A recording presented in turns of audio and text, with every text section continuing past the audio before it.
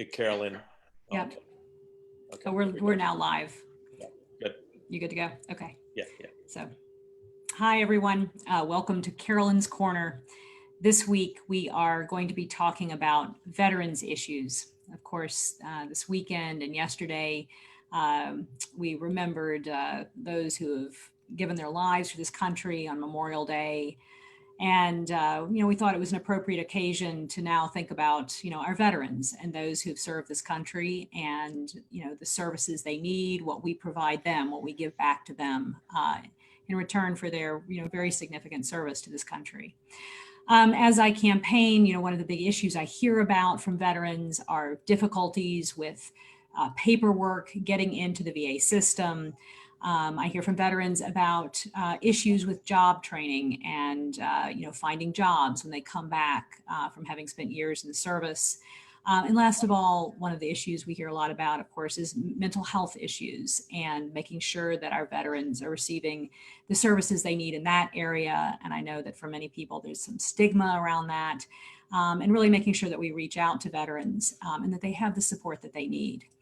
So I'm very, very honored to have two people here with me today, Doug Heckman and George Langford, both of whom have served in the military and been very, very involved in veterans issues.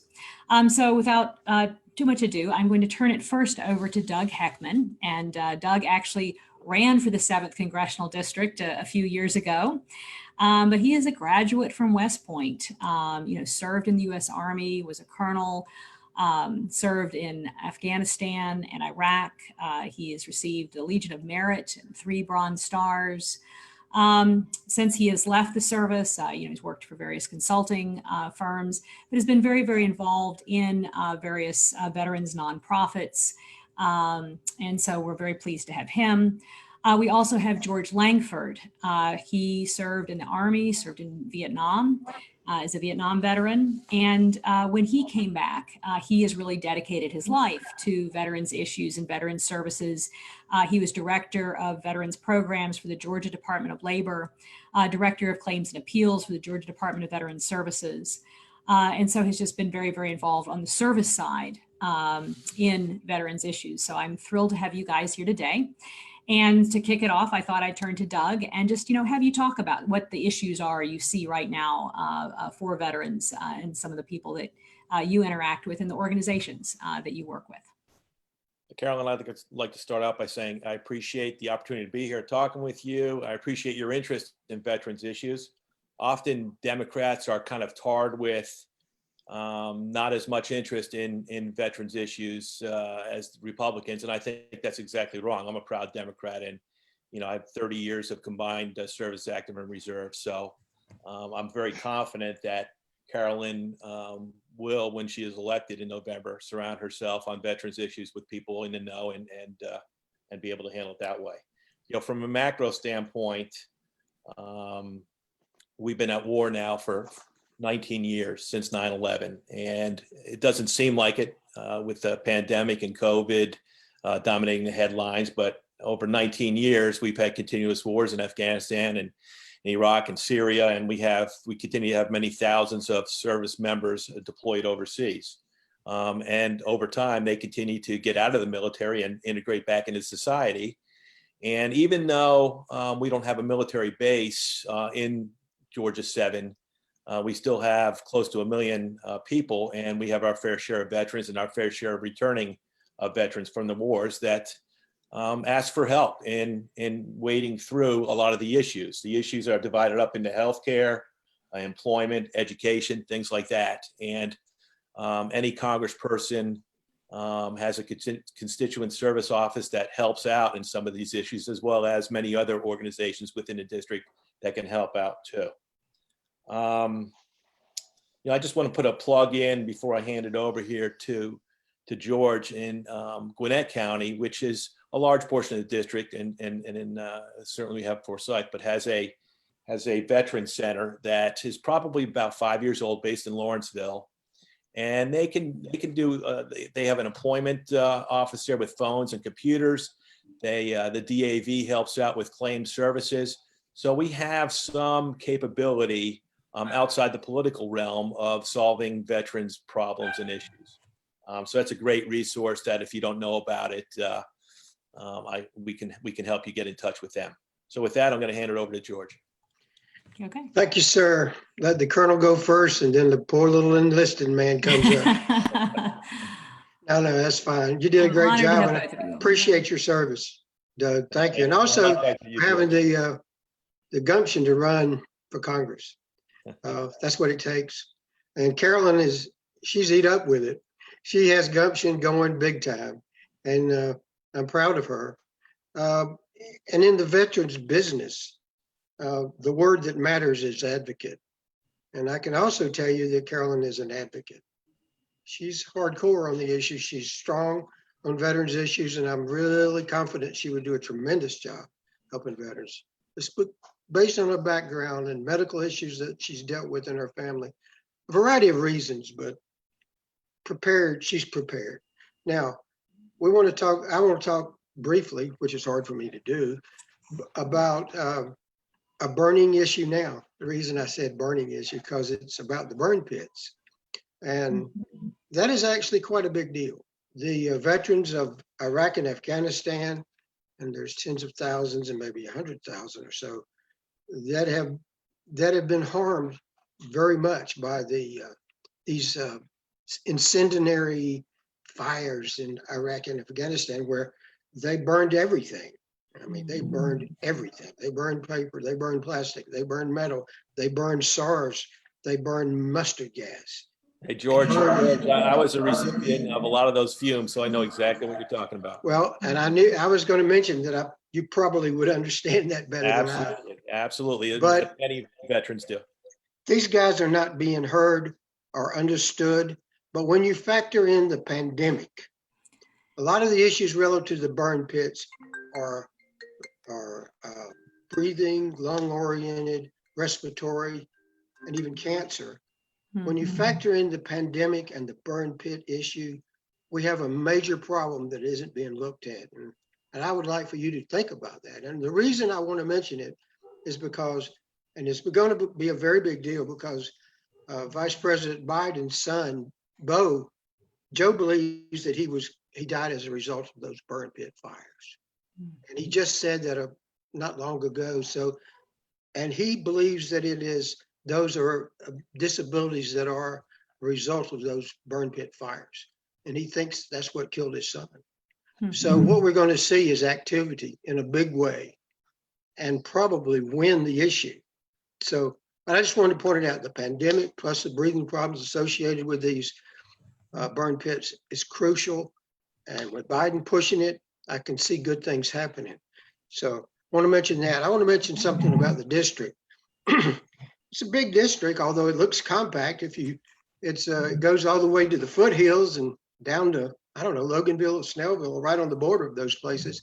But inside the district, you have, and Doug mentioned it, you have the CBOC, Community-Based Outpatient Clinic in Lawrenceville. And it is a good one, and it's a big one, and you should take advantage of it. But in addition to that, there's the Vet Center, which is a much overlooked entitlement of the VA. It's also in Lawrenceville.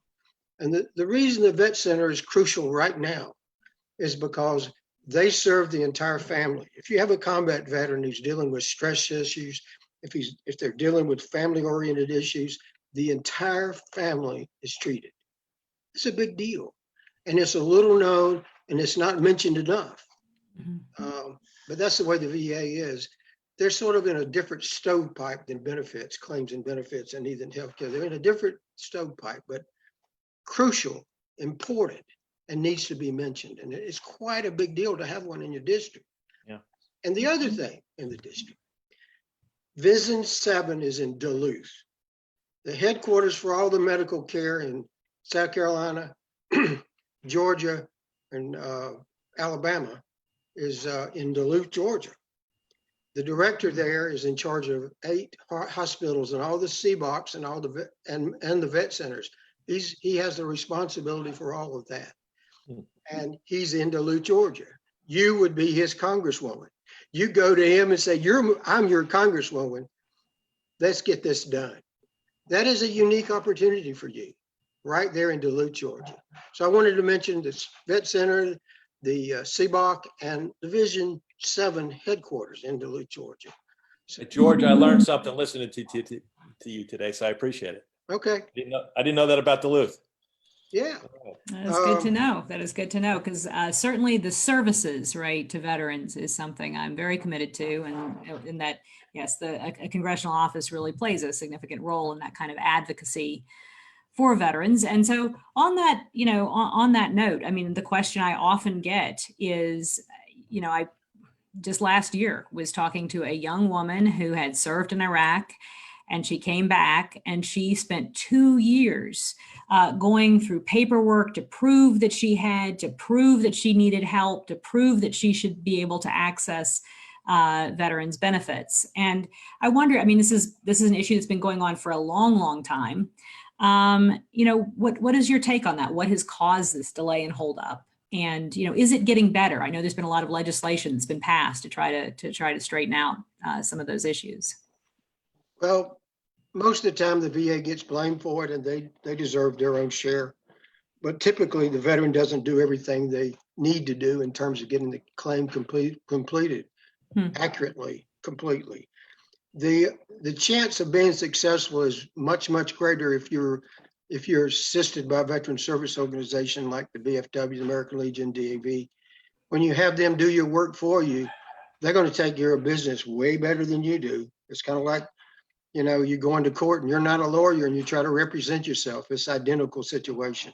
These guys know how to represent you. And if you try to do it on your own, even though the VA is pushing, you will find that you don't know enough, and you're going to run into roadblocks because you don't get what they need. You don't understand the process. That's the reason. Okay, so try to find one of these organizations to advocate for you. That's good. Right. And so what can you just repeat the ones you're suggesting people reach out to? Veterans of Foreign Wars. What was the other? American Legion. Disabled American Veterans. Okay. And of course the state of Georgia, which is where I worked. And the state of Georgia has 58 offices around the state that do this, but they do that kind of work through the American Legion and VFW. The DAV does their own work separately. It's also worth mentioning that at the Gwinnett Resource Center, they do have, that he stays there all the time, representatives from DAV that help with that caseload work. So if you step into the Gwinnett Vet Center, somebody from DAV is usually there to be able to help you out. Yeah. Okay. So good to know. And so the other, and another, and I don't know if you guys can talk to it, but another thing that's certainly been in the papers recently a lot is the nursing homes and the care for veterans that is happening. It's not the paperwork side, but it's just the care that veterans are getting. Particularly a lot of folks who are older and fragile, and there was a story about a guy who was covered with ants recently. And who died. Just a horrible, awful story.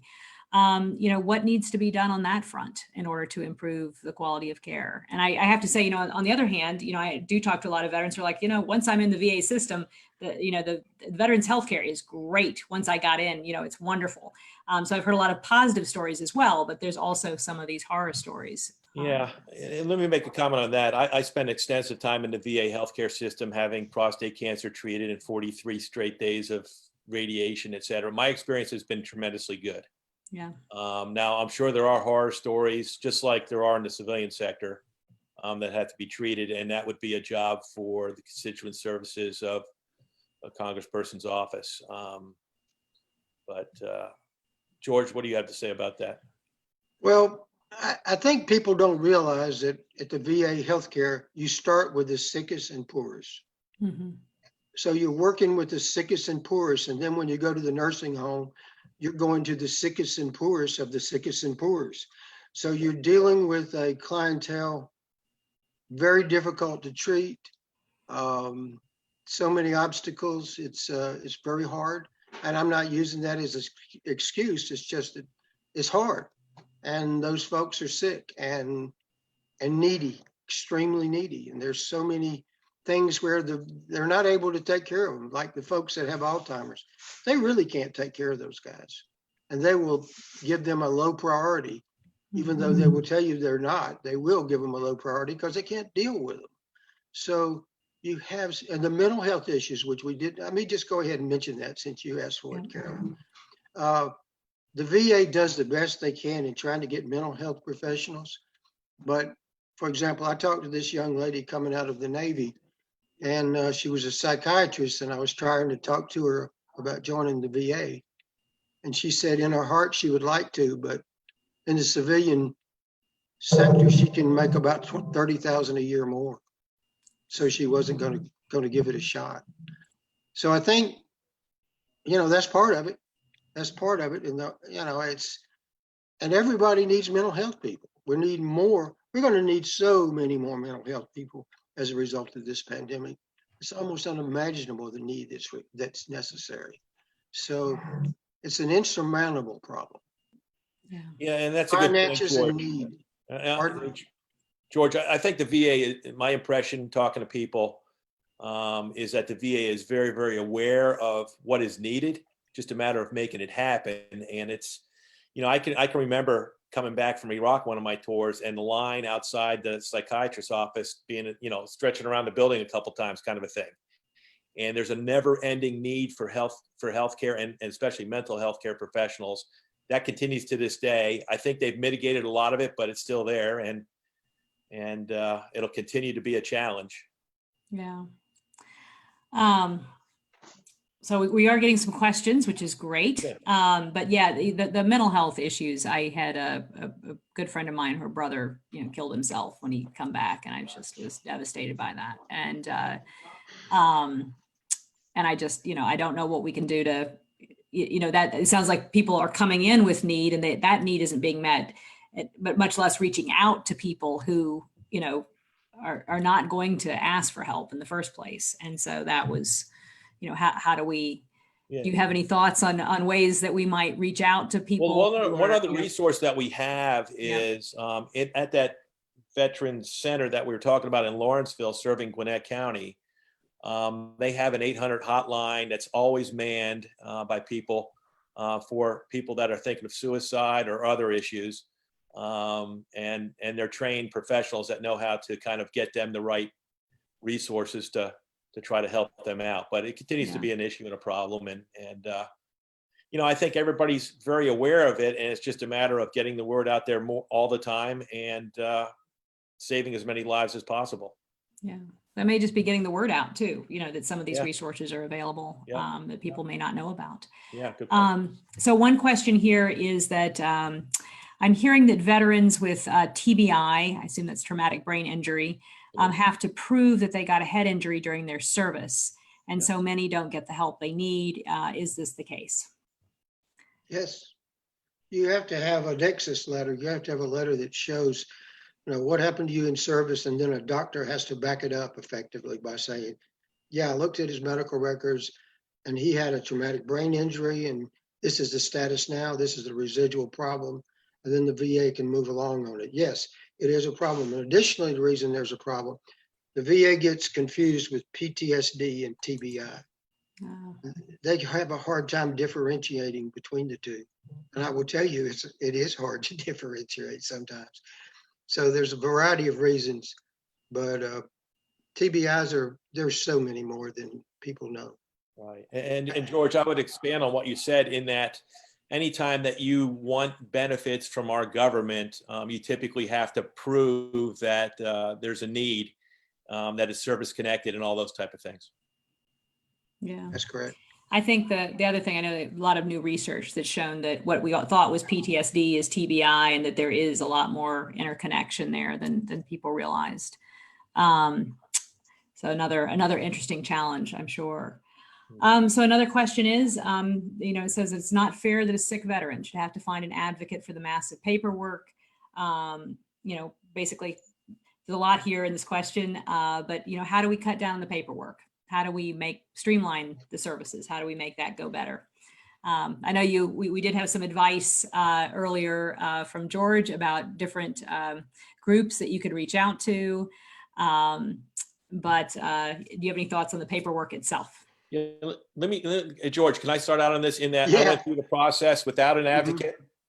filling out the forms on the VA's website. I did it for service-connected disability, 10% for hearing for me. I did it for the new GI Bill. It just it's a little bit tedious, but one can do it without an advocate. Now, an advocate does it all the time, so they know where to look and exactly what you need, as George's point. But, it is possible for one to go on there and do it. And the VA has improved those things through the years, I would say. It's okay to get some family members to kind of help you out in understanding, deciphering the things. But as with any bureaucracy that I've ever seen, it can always be streamlined, no doubt. Okay. Well, the government has not figured out how to cut down on paperwork since the beginning of time. I know, it's just The military is about the worst, and the VA learned from the military, so they're like a junior military. So you can expect it to be more bureaucracy and more paperwork. Actually, they've worked on it, and they have done a lot of good things in making it better. But I'm not so sure that the veteran doing his own work is a good idea. The VA is pushing it because they want to get the guys involved, and they think it'll quicken the process. I don't think it does, because I don't think you get what you're supposed to get all the time. The VA asks you to do something. If you don't do it, and if you don't know what to go get, it's not going to work out very well. So you have to be ready and complete when you file your claim. And that's why a professional would make it work far better for you, for the veteran. Not disagreeing with you, Doug. No. George, yeah, we're just saying the same thing in different ways. And Okay. I'm just saying it's possible. I did it myself. It's definitely a lot easier if you have an advocate, as you're talking about. No doubt. No doubt. Okay. Are there other issues? We've talked about some of well, actually, we haven't really talked about education and retraining and integration, some of those kinds of issues. I know that Georgia State, where I teach, has a real commitment to, educating veterans and, getting them, retrained. A lot of veterans, though, come out of the military with some amazing skills. And to me, it's often, how do we build on, a lot of the skills that they come with, and how do we do more with that? Any thoughts on that issue? That's sort of the job retraining. Carolyn, I've always thought that one of the things that's lacking in our district is kind of a centralized point of contact so you as the congressperson would go out there, and there are a lot of great businesses, small, medium, large, in the district, as you know, many of them headquartered here, some not. And they all want to do the right thing. Most of them want to do the right thing with veterans, but there's never been kind of a comprehensive list of, if your office come January said, okay, here's 30 veteran-friendly corporations and here's the HR number. I've never seen or heard of anything like that, and it wouldn't be hard to do something like that in the district. That is a great idea. We're recording this, right? So the Georgia Department of Labor has that responsibility under the local Veterans Employment Representatives. They're overwhelmed. They do all they can, and they have really good people doing those jobs. It's just the corporations and the businesses in general have got to share the burden also. And a lot of them do.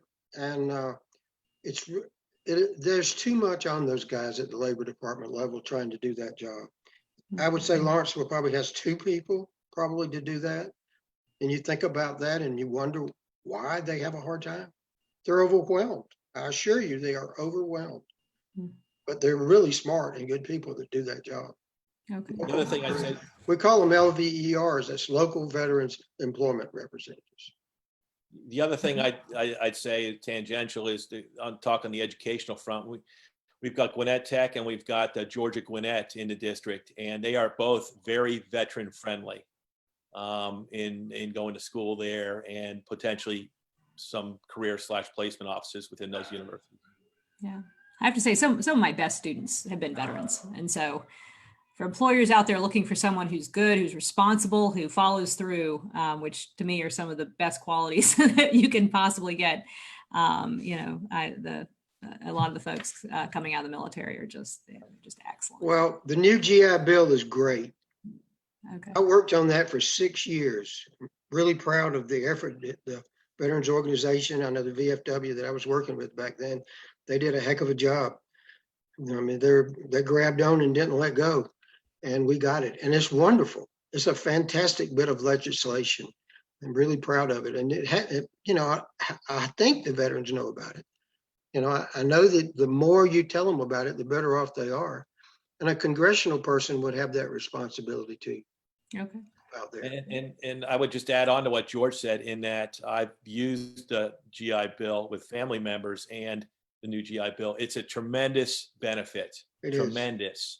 And I'm always amazed at the number of veterans that, for a variety of reasons, some of them good, most of them not good, they don't use it. And I think that encouraging them at all levels to use it is a role for any governmental bodies out there. Okay. All right. Well, these are some great ideas. Thank you guys so much. We've kind of come to the end here.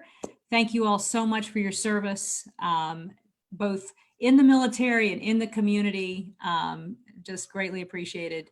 I want to wish everybody, a happy Memorial Day, and, always remember those who, sacrifice so much for this country and for the values we hold dear. And so it's always, I have many members of my family who served in the military, and it's always a very, poignant day. My father-in-law passed away a couple of years ago and was a veteran, and was buried with military honors. And I still remember them, doing the salute and folding the flag and handing it to my son and saying, on behalf of a grateful nation, we give you this flag. And anyway, it's very moving.